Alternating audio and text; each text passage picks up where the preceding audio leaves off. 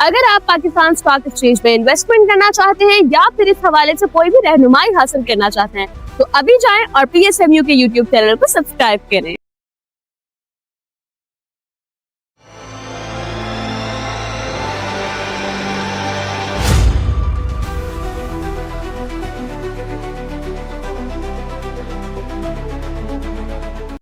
अस्सलाम वालेकुम, मैं हूं नादिया अनवार और आप देख रहे हैं पाकिस्तान शेयर मार्केट अपडेट्स।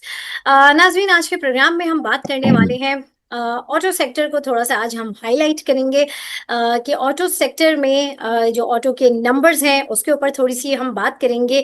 और इसके अलावा जो है जो पॉलिसीज़ वगैरह जो है जो आने वाली हैं उनके हवाले से भी थोड़ा सा हम डिस्कस करेंगे कि क्या पॉलिसीज़ हैं और इसके अलावा क्या फर्दर जो इस सेक्टर को जो है प्रॉब्लम्स हैं और जो है ईवी कार्स वगैरह है उनके हवाले से भी ये सारी डिस्कशन हम आज के प्रोग्राम में करेंगे। और आज हमारे साथ बात करने के लिए मौजूद हैं, जी हाँ, कार मर्कज के CEO मोहम्मद अकबर साहब, जो कि जनरल सेक्रेटरी भी हैं automotive traders and voters association के, वो जनरल सेक्रेटरी भी हैं इन ऑफ कराची। और उनसे हम जानेंगे, उनसे हम बात करेंगे और जो है कुछ मसाइल हैं टैक्सेशन के हवाले से भी थोड़ा सा इसके हवाले से भी हम जानेंगे, ये सारी बातें हम उनसे करेंगे। लेकिन उनको वेलकम करने से पहले आप लोगों से मैं जरूर रिक्वेस्ट करूंगी कि आप लोग मेरे प्रोग्राम्स को ज्यादा से ज्यादा लाइक किया करें और साथ ही साथ मेरे चैनल को भी सब्सक्राइब करें, साथ में बेल आइकन को भी हिट करें और इसके अलावा आपने उसको शेयर करना है ताकि लोगों को इन्वेस्टमेंट की और साथ ही साथ फाइनेंशियल मार्केट की अवेयरनेस हो। तो चलिए जी, चलते हैं अपने गेस्ट की तरफ और उनको वेलकम करते हैं। अस्सलाम वालेकुम सर। जी, वालेकुम सलाम madam. Thank you very much for inviting me in your programme. Thank you so much sir for your time and welcome to the session. Sir, सबसे पहले तो जो है मैं चाहूंगी कि ऑटो सेक्टर के ऊपर एक ओवरऑल एक व्यू जो है मैं चाहूंगी कि थोड़ा सा जो है वो आप हमारे नाज़रीन के साथ शेयर करें। देखें, अभी जिस दौर से हम गुजर रहे हैं, देखें महंगाई अपनी बुलंद तरीन सतह के ऊपर इस वक्त जो है ग्लोबली, इस वक्त जो हम्म है बुलंद तरीन सतह पर है। और इस वक्त पूरी दुनिया जो है वो इन्फ्लेशन का भी शिकार है। हम्म ठीक है, बढ़ती हुई ऑयल प्राइसेस और फ्यूल प्राइसेस और ये जो वॉर के जो मामलात हैं, और एक बिलखुसूस गाड़ियों की बढ़ती हुई कीमतों की वजह से गाड़ियों की सेल्स में नुमायां कमी देखी गई है। ठीक हम्म है, ये तो हो गई एक बात। और गाड़ियां जो है वो आवाम की कीमत जो है वो इनके गाड़ियों की जो कीमत है वो आवाम की जो पहुंच से बिल्कुल दूर हो गई है। सही है।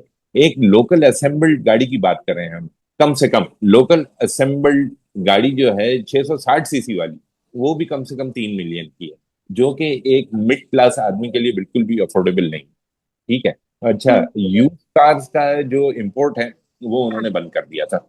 ये अच्छा खासा पहले चल रहा था, आप अच्छी क्वालिटी की यूज कार्स आला मयारी कम कीमतों पे पहले जो है हासिल कर लेते थे स्लाइटली यूज, वो भी बंद कर दिया है। लेकिन अभी जो है इस ये कंसिडरेशन में है कि दोबारा से कमर्शियल इंपोर्ट को रीओपन किया जाए, तो इस पॉलिसी पे भी गौर किया जा रहा है। लेकिन फिर एक और मसला है, आवाम आवाम की जहां तक बात है, तो उसके ऊपर इन्होंने शराइत इतनी सख्त रखी है कि एक छोटा डीलर या 2-3 गाड़ियां मंगाने वाला या आवाम के लिए वो पॉलिसी है ही। ठीक है। वो जैसे मल्टानेशनल कंपनीज हैं या अपने जो हमारे जो लोकल असेंबलर्स हैं, उनके हम्म लिए फायदा है कि जो शराइत रखी हैं, जो इनकी टर्म्स एंड कंडीशन है, वो उस पर पूरा उतर सकती हैं और वो मंगा सकती हैं गाड़ी। ठीक है। इसके अलावा स्टेट बैंक के रूल्स के हवाले से भी देखें, कार फाइनेंसिंग के ऊपर 3 मिलियन का कैप लगा हुआ है। तो वो भी आवाम के लिए एक काफी मसले की बात है, क्योंकि गाड़ियों की इनवॉइसेस आजकल इतनी ज्यादा हाई हैं। 30 लाख जो मैंने 3 मिलियन आपको बताया, वो तो एक कम से कम लोकल मैन्युफैक्चर्ड 600 सीसी की गाड़ी की कीमत है। अब 70-80-90 लाख 1 करोड़ रुपए की गाड़ी अगर फाइनेंस कराने के ख्वाहिशमंद हैं, तो स्टेट बैंक जो है आपको इजाजत देती है कि सिर्फ 30 लाख से ज्यादा आप फाइनेंसिंग नहीं करा सकते। लेकिन ये पॉलिसी भी जो है अभी अंडर कंसिडरेशन है। और ये जो कैप जो इसका जो है वो 10 मिलियन यानी 1 करोड़ रुपए तक की जो है वो सहूलत हो जाएगी कि कस्टमर जो है वो फाइनेंस 1 करोड़ रुपए तक का भी करवा सकता है। ठीक है, तो ये सारी चीजें जो है कंसिडरेशन के अंदर हैं। हमारी इंपोर्ट की पॉलिसी जो है वो रिकंसिडर हो रही है, या अभी अगर इम्प्लीमेंट भी हो जाती है, कमर्शियल इंपोर्ट बैगेज स्कीम जो के तहत जो पहले गाड़ियां आती थी, यूज कार 3 साल से 5 साल पुरानी गाड़ियां, उसको तो उन्होंने खत्म कर दिया। ठीक है, और अभी नई पॉलिसीज ये लेकर आ रहे हैं, तो जिसके अंदर कमर्शियल इंपोर्ट को ओपन करने की बात है, लेकिन उसके ऊपर शराइत इतनी ज्यादा है, जैसे कि मैंने पहले मेंशन किया, कि वो आम छोटा डीलर जो है उसके लिए वो वाली पॉलिसी जो है वो मेरे ख्याल में इतना ज्यादा फायदेमंद नहीं साबित होगी। ये सही सारी बात। है। तो सर, ये जो पॉलिसी के हवाले से आप बता रहे हैं, तो थोड़े से मैं चाहूंगी कि कुछ पॉइंट्स आप थोड़ी सी इसकी वजाहत भी करें, कि कौन से ऐसे पॉइंट्स हैं, जैसे कि आपने अभी एक बताया कि वो लोकल असेंबलर्स के लिए जो है वो नहीं है इतनी अप्रोप्रिएट।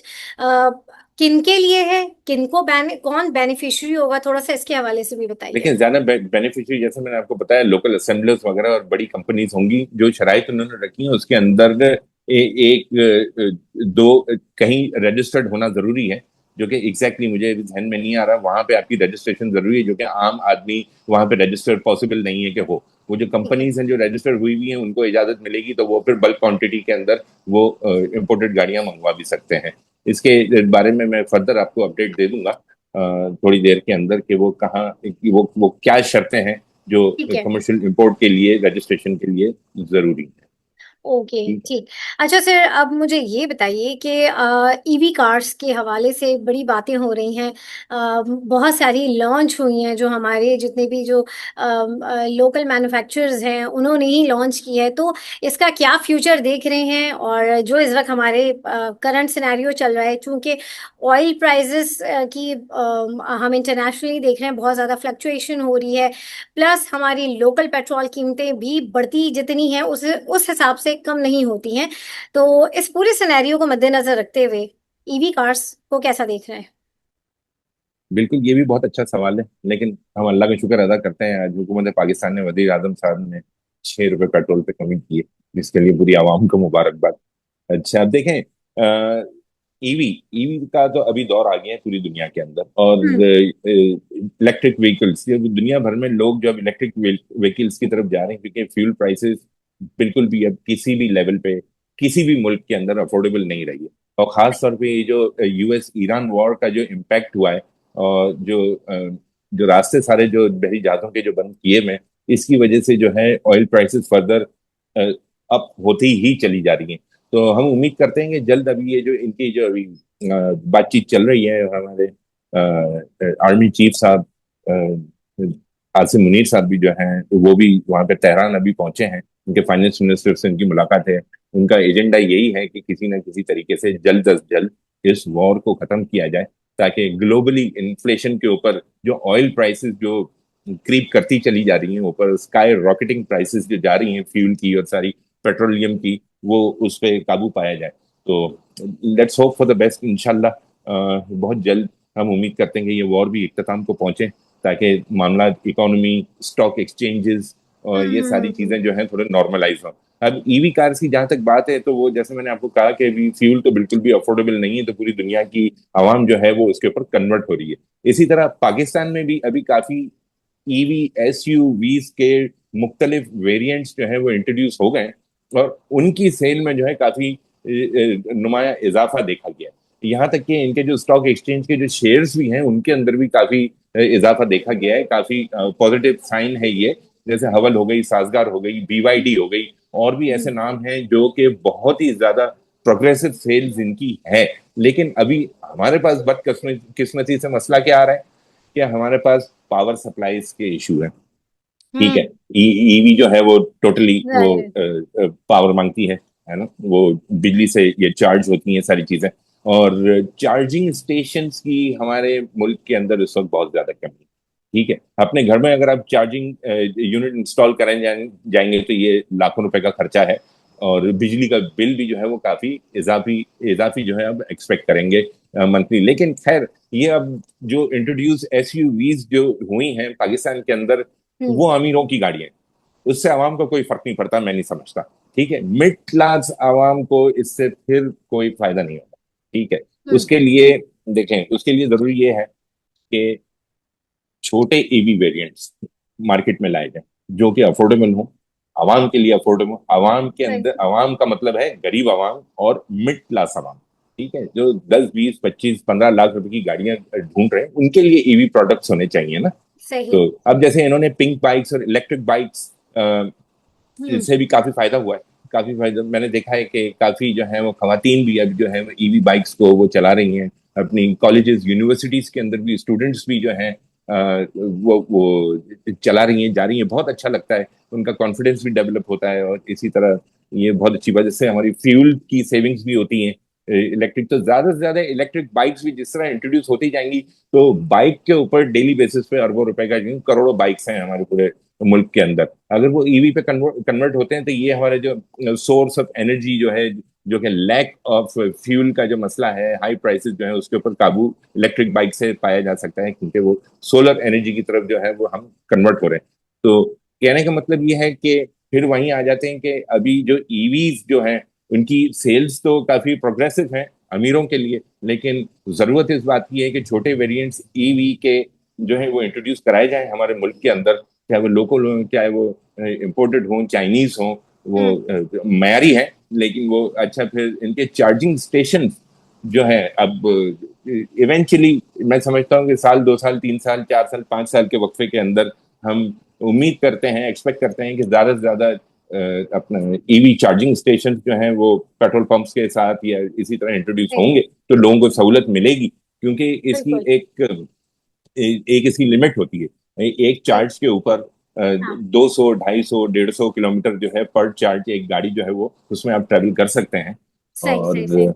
तो फिर उसकी रीचार्जिंग के लिए इश्यूज होते हैं, तो आदमी लॉन्ग ड्राइव के लिए जो है या आउट ऑफ सिटी जो है ईवी से परहेज करता है फिर जाना, क्योंकि फिर चार्जिंग स्टेशन कहाँ मिलेंगे, हम स्टॉल हो जाएंगे, हमारे लिए मसला हो जाएगा, फिर सिक्योरिटी थ्रेट्स भी आ जाते हैं, बहुत सारे इश्यूज हैं, जिसकी वजह से अभी ईवी का जो है फ्यूचर जो है वो इतना ज्यादा ब्राइट नहीं हुआ है हमारे मुल्क के अंदर। तो हम हुकूमत से भी जो है वो यही दरखास्त करते हैं, प्राइवेट सेक्टर से भी, कि वो ज्यादा से ज्यादा ईवी के जो है चार्जिंग स्टेशन वो इंस्टॉल करें, इंट्रोड्यूस करवाएं, ताकि आवाम के दिल में थोड़ा सा और दिलासा है, कॉन्फिडेंस डेवलप हो, और वो सही। Further EV sure. गाड़ियां जो है वो खरीदें। बिल्कुल बिल्कुल सही बात की आपने सर। और सर जैसे सेल्स के नंबर की हम बात कर रहे हैं, तो थोड़ा सा मैं चाहूंगी कि अभी जो है ऑटो सेल्स के नंबर्स भी आए थे, थोड़ा सा मैं चाहूंगी कि उसके ऊपर भी थोड़ा सा आप रोशनी डालें। देखें, ऑटो से हम लोग जो है basically automotive traders and importers association Karachi, यहाँ पे ये जो हमारे अम्ब्रेला के अंडर जो है छोटे शोरूम्स आते हैं, जो कि मोस्टली यूज्ड कार्स का काम करते हैं, और ये छोटे बड़े शोरूम्स मिला के ये जो है मतलब 3S ऑथराइज डीलर्स नहीं है, ज्यादातर ये यूज गाड़ियों का काम करते हैं, जो कि उनकी सेल्स के अंदर जो है वो काफी डिक्लाइन आया है, क्योंकि उसके अंदर और भी बहुत सारे इश्यूज हैं जो हम फेस कर रहे हैं। अच्छा, जहां तक 0 मीटर गाड़ियों का काम है, हमारे लोकल असेंबलर्स की जो बात है, वो हम्म। उनकी सेल्स में भी काफी डिक्लाइन आया है, वरना तो ये गाड़ियां सारी ब्लैक मनी पे बिकती थी, अवेलेबल ही नहीं होती थी, इसकी एक मसनूई शॉर्टेज होती थी, अवेलेबल नहीं है, बुकिंग लेट होती थी। लेकिन अब ये है कि कंपनीज की सेल्स डिक्लाइन हुई है, तो वो अभी इतना ज्यादा कंफर्ट दे रही हैं वो, कि वो 18 महीने के ऊपर जो है गाड़ियां अपनी बगैर ओन के और फाइनेंस भी करके दे रही हैं, 15 किस्तों के अंदर, ये जो भी इनका एक शॉर्ट टर्म कंडीशंस हैं, बगैर किसी फर्दर इंटरेस्ट के या मुनाफे के, ताकि कस्टमर्स को सहूलत मिले और ये गाड़ियां इनकी सेल हों।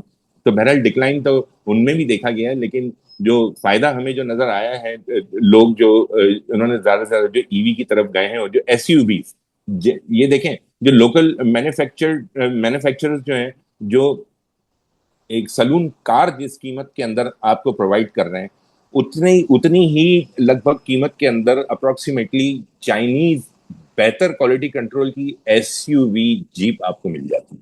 ठीक है, तो इस वजह से भी जो है ज्यादा रुझान जो है पब्लिक का उस तरफ गया है। और हम रोजमर्रा रोड पे देखते हैं, जब हम जाते हैं, तो काफी जो है ईवीज आपको नजर आती है, और जो नए एसयूवीज के जो वेरिएंट जो इंट्रोड्यूस हुए हैं, बिलखुसूस जो चाइनीज भी हैं, लोकल भी हैं, बहुत अच्छी हैं, बच्ची अच्छी क्वालिटी है, हमने टेस्ट ड्राइव भी की है, काफी बेची भी हैं। तो बड़ा अच्छा लगता है कि ये हमारे पास ये कंपटीशन इस हिसाब से आया है इस मुल्क के अंदर, जिसको फरोग भी मिल रहा है। लेकिन अभी इश्यूज यही आ रहे हैं, पावर सप्लाई और हमारे जो चार्जिंग स्टेशन के ईवी के लिए, वो बहुत बड़ा ड्रॉबैक है। फर्दर इसकी फ्यूचर की प्रोग्रेसिव सेल्स के लिए इसके ऊपर सोचना पड़ेगा हुकूमत को। अच्छा सर, एक्साइज और टैक्सेशन के हवाले से मैं जानना चाहूंगी कि कुछ इश्यूज हैं जो इस सेक्टर से रिलेटेड लोग हैं, तो वो क्या इश्यूज हैं और क्या उसके लिए फर्दर गवर्नमेंट कुछ जो है स्टेप ले रही है, नहीं है, क्या है? थोड़ा सा मैं चाहूंगी कि इस चीज को भी थोड़ा सा आप हाईलाइट करें। देखें, अच्छा वो आपने ये सवाल पूछा, मैं चाह ही रहा था आप सवाल पूछें, वरना इसका मैं एडिशन खुद ही कर देता। हम्म। हम जो कार डीलर्स और जो शोरूम ओनर्स जो हैं इस वक्त बहुत ही बड़ी परेशानी का शिकार, ठीक है। हाँ। एक तो गाड़ियों के हाई प्राइसेस की वजह से सेल्स में नुमाया कमी आई है। जाहिर है, देखें जैसे जैसे प्राइस शूट होती है तो ऑटोमेटिकली एक अगर प्रोडक्ट की अगर कीमत अगर बढ़ती जा रही है तो इसकी सेल्स में कमी ऑटोमेटिकली आती है, चाहे वो कोई भी किस्म का प्रोडक्ट है। अब ये तो बड़ी महंगी चीज है गाड़ी, और इसके अंदर अगर बढ़ती हुई प्राइसेस से ज़ाहिर है बहुत फर्क पड़ता है। आवाम परेशान है, जी। उनकी आउट ऑफ रीच है, they can not afford to buy a car any more. Mid class तबके की बात हो रही है ये।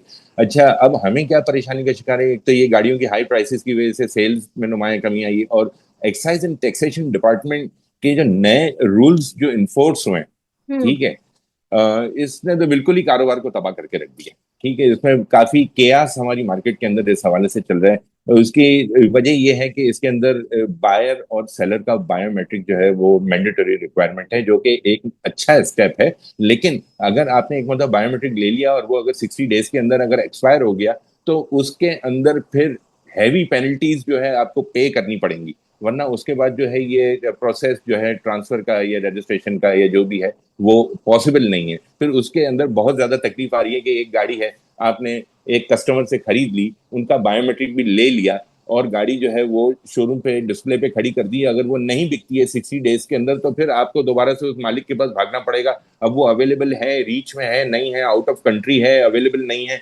आपकी आपकी गाड़ी वो बिकना मुश्किल हो जाएगी। फिर ओ। उसके ऊपर खातिर खा पेनल्टीज हजारों में है, मतलब कि इतना तो कमाता नहीं है डीलर जितना वो पेनल्टीज के अंदर जो है वो उसके ऊपर एक्सपेंस आ जाते हैं। अच्छा, ये तो हो गई एक बात। एक कंपनी आपको लेटर इशू करती है, हम्म। कंपनी के लेटर्स भी जो है, कंपनी गाड़ी है उसके अंदर भी जो है एक 15-30 डेज की जो है एक वैलिडिटी डेट डाल दी है कि अगर उसके अंदर अंदर अगर आपकी गाड़ी ट्रांसफर या सेल नहीं हो जाती तो फिर उसके ऊपर भी जो है आपको डेली बेसिस के ऊपर जो है पेनल्टी चार्ज होगी। वो मल्टीपल एप्लीकेशन है कि वो उसका जो कंपाउंड रेट्स जो है वो उसके ऊपर जो है वो लागू पड़ते हैं, कि वो इतनी हाई पेनल्टीज हो जाती हैं कि हम्म। ये एक और बहुत बड़े मसले की बात है कि एक ही गाड़ी के ऊपर इतने ज्यादा इन्होंने इन्फोर्स कर दिए नए लॉज और इम्प्लीमेंट कर दिया है। कुछ वो उन्होंने अपने एक्साइज एंड टैक्सेशन डिपार्टमेंट से इशू किए हुए नोटिस हैं, और कुछ पार्लियामेंट के अंदर बिल पास हुए हैं जिसका हमें कुछ इल्म ही नहीं था, और अचानक से एसआरओ या नोटिफिकेशन मार्केट के अंदर फ्लोट हो जाता है कि भाई अब ये जो है इस तरह आपको जो है उसको फेस करना पड़ेगा। तो ये भी एक बहुत बड़े इशू की बात है कि ये एक्सपायर्ड लेटर जो है जो भी कंपनी का है उसको भी आपको फेस करना है, और बस किस तरह ये होगा ये समझ में नहीं आता। अच्छा, इसके बाद गाड़ी की रजिस्ट्रेशन, हम्म। गाड़ी की रजिस्ट्रेशन अगर आपने एक नई गाड़ी ली है और 30 डेज के अंदर उसके अंदर अगर आपने गाड़ी सेल नहीं की तो उसके ऊपर पेनल्टीज लगना शुरू हो जाती हैं। ठीक है, 1 महीना अगर आपकी गाड़ी लेट हो गई तो 10,000 रुपये पेनल्टी, ठीक है, 2 महीने हो गए तो फिर 25,000, 3 महीने हो गए तो फिर शायद 50,000, और 6 महीने हो गए गाड़ी नहीं बिकी आपकी तो उसके ऊपर 2 लाख रुपए पेनल्टी उसके ऊपर आयद कर दिए। चाहे फिर आपकी वो 4,000 सीसी की गाड़ी हो या 660 सीसी की गाड़ी हो, सबका जो है जो स्केल इन्होंने पेनल्टी का रखा है वो भी सेम रखा है। ये भी समझ से बाहर है। एक गाड़ी ऐसी है कि जिसके ऊपर 660 सीसी की गाड़ी के ऊपर आपने कमाने ही 50, 60, 70 हज़ार रुपए हैं, इतना इन्वेस्टमेंट के बाद और इतने महीने इंतजार करने के बाद, और वो अगर नहीं बिक रही है 6 महीने तक तो वो उसके ऊपर you will be find heavily. तो ये सारी बातें हम लोग ने प्रोटेस्ट भी किया। हम्म। Automotive traders and importers association Karachi के हवाले से हमारे जो चेयरमैन हैं मिस्टर मोहम्मद कामरान खान, और हमारे प्रेसिडेंट हैं मिस्टर चौधरी आमिर अली खान, और मैं खुद जनरल सेक्रेटरी, हमारी पूरी कैबिनेट, हमारी पूरी इलेक्टेड टीम, इन्होंने बहुत आवाज उठाई इस सारे हवाले से। और हमने एक्साइज एंड टैक्सेशन के अंदर इनके डीजी से भी मुलाकात की, यहाँ तक कि इनके जो हमारे एक्साइज एंड टैक्सेशन के मिनिस्टर हैं जनाब मोहतरम मुकेश चावला साहब, उनसे भी मुलाकात की। यहाँ भी की, और हमने एफपीसीसीआई को भी जो है ब्रिज बना के इनके जो senior vice president mister Saqib मगूम साहब, उनकी हम्म। सदारत के अंदर हमने उनको मधु किया था एफपीसीसीआई के हेडक्वार्टर्स के अंदर, जनाब मुकेश चावला साहब को। और उनको हमने सारी अपनी ग्रीवेंसेस जो है वो शेयर भी की, और उन्होंने काफी गौर से सारा सुना भी। और इन्होंने हमें यकीन दहानी करवाई थी कि ये सारी चीजें जो है उनको वेव कर देंगे, और आवाम के लिए और कार डीलर्स के लिए आसानी का मामला भी करेंगे। तो फिर भी जो है उसकी कोई खास इम्प्लीमेंट ये सारे मामला नहीं हुए थे। उसके ओके। बाद हमने फिर हमने जो है वो प्रोटेस्ट की तरफ गए। हम प्रेस कॉन्फ्रेंस भी करना चाह रहे थे, लेकिन हमने फिर सोचा कि उनसे दोबारा से जो है वो मीटिंग कर ली जाए। तो अभी सही। हालिया हालिया अभी मेरे ख्याल में 10-15 दिन पहले ही हमारी जो सीनियर कैबिनेट ने दोबारा से इनसे मीटिंग की, और मुकेश चावला साहब से, और उन्होंने एक मर्तबा फिर यकीन दहानी दिलाई कि ये सारे मामला जो है वो रिवर्ट हो जाएंगे। और एक दिन के लिए, 24 घंटे के लिए इन्होंने बायोमेट्रिक के इश्यूज और सारे बड़ी अच्छी इन्होंने जो है वो सहूलत दी, बड़ी आसानी दी, और सारे मामला जो है उनको रिलीज देते हुए सारी चीजें ये माफ कर दी थी कि जिन जिनको रजिस्टर करवानी है, गाड़ियां ट्रांसफर करवानी है, जिनके एक्सपायर्ड बायोमेट्रिक्स हैं, वो उससे फायदा उठाएं और फौरी तौर पर ट्रांसफर करवाएं। तो काफी एक गुड न्यूज हमारे मार्केट के अंदर जो वो फैल गई थी, काफी पॉजिटिव रिस्पांस आया काफी लोगों ने। और 24 घंटे के बाद ये सारे जो नोटिस इन्होंने जो रिलैक्सेशन के दिए थे उसको दोबारा से लॉक कर दिया, और दोबारा वही पोजीशन पे आ गई है हमारी हमारी पूरी मार्केट। और पूरी जितने भी कार डीलर्स हैं वो दोबारा से इस परेशानी का शिकार, आवाम दोबारा से परेशानी का शिकार है कि अभी ये बायोमेट्रिक के इश्यूज, और ये रजिस्ट्रेशन के ऊपर पेनल्टीज के इश्यूज, और ये एक्सपायर्ड लेटर्स के इश्यूज, ये दोबारा अपनी जगह पे खड़े हो गए। तो अब दोबारा से अभी हम प्रेस कॉन्फ्रेंस की तरफ जाएंगे, या दोबारा से फिर ये पूरी हमारी डेलीगेशन जो है all Karachi automotive traders and importers association Karachi, और ऑल्सो वी आर रिप्रेजेंटिंग एबडा, all Pakistan car dealers and importers association, जो कि फेडरल सतह पे हमारी ये एसोसिएशन है, उसका भी हम हिस्सा हैं। और उसका भी सही। अल्हम्दुलिल्लाह मैं जनरल सेक्रेटरी हूँ पूरे सिंध का। तो जी। उस हवाले से भी जो है हमारी फेडरल कैबिनेट जो है और हमारी जो लोकल कैबिनेट जो है वो हर तरह से जो है वो हुकूमत और इदारों से मुलाकातें कर रही हैं, ताकि हम आवाम को और अपने साथी मेंबर्स और कार डीलर्स को भी जो है वो रिलीफ फराम कर सके। जी। आप यकीन मानेंगे कि अब हमारे कार डीलर्स की भी जो है उंगलियां हम पे उठ रही हैं कि एसोसिएशन जो है वो इसमें मदद नहीं कर रही, जबकि अल्लाह गवाह है हमारी कारकर्दगी जो है, हमारी जितनी मेहनत है, इसके पीछे के सारे काम काज छोड़ के, सारे हमारे ऑफिस बैरर छोड़ के लोगों से मुलाकातें कर रहे होते हैं कि इन सारे मसले का हल निकाला जाए। और यहाँ तक कि एक और नाम मैं जरूर मेंशन करना चाहूंगा कि इन सारे मसले मसाइल के हल के लिए Karachi chamber of commerce and industry की भी जो है वो हमारे लिए बहुत ही ज्यादा खिदमात जो है नुमाया हैं, जिनके स्मॉल ट्रेडर्स के जो ताहयात हम्म। चेयरमैन जनाब अब्दुल मजीद मेमन साहब, वो उन्होंने तो बिल्कुल गॉड फादर का रोल अदा किया है हमारे लिए। हर मुश्किल में हमारे साथ खड़े होते हैं, चाहे वो मार्केट में सील्स का मसला हो, या एसआरबी के हैवी टैक्सेशन का मसला हो, या और कोई ऐसा बड़े मसाइल हों जिसके अंदर कराची चेंबर अपने सुदूर को भेजती है इदारों के अंदर हमारे साथ, हमारी डेलीगेशन के साथ, और वो भी हमें रिप्रेजेंट करते हैं और पूरी कोशिश करते हैं कि हमारे जायज जो मुतालबात हैं उनको पूरा किया जाए। सही। बिल्कुल।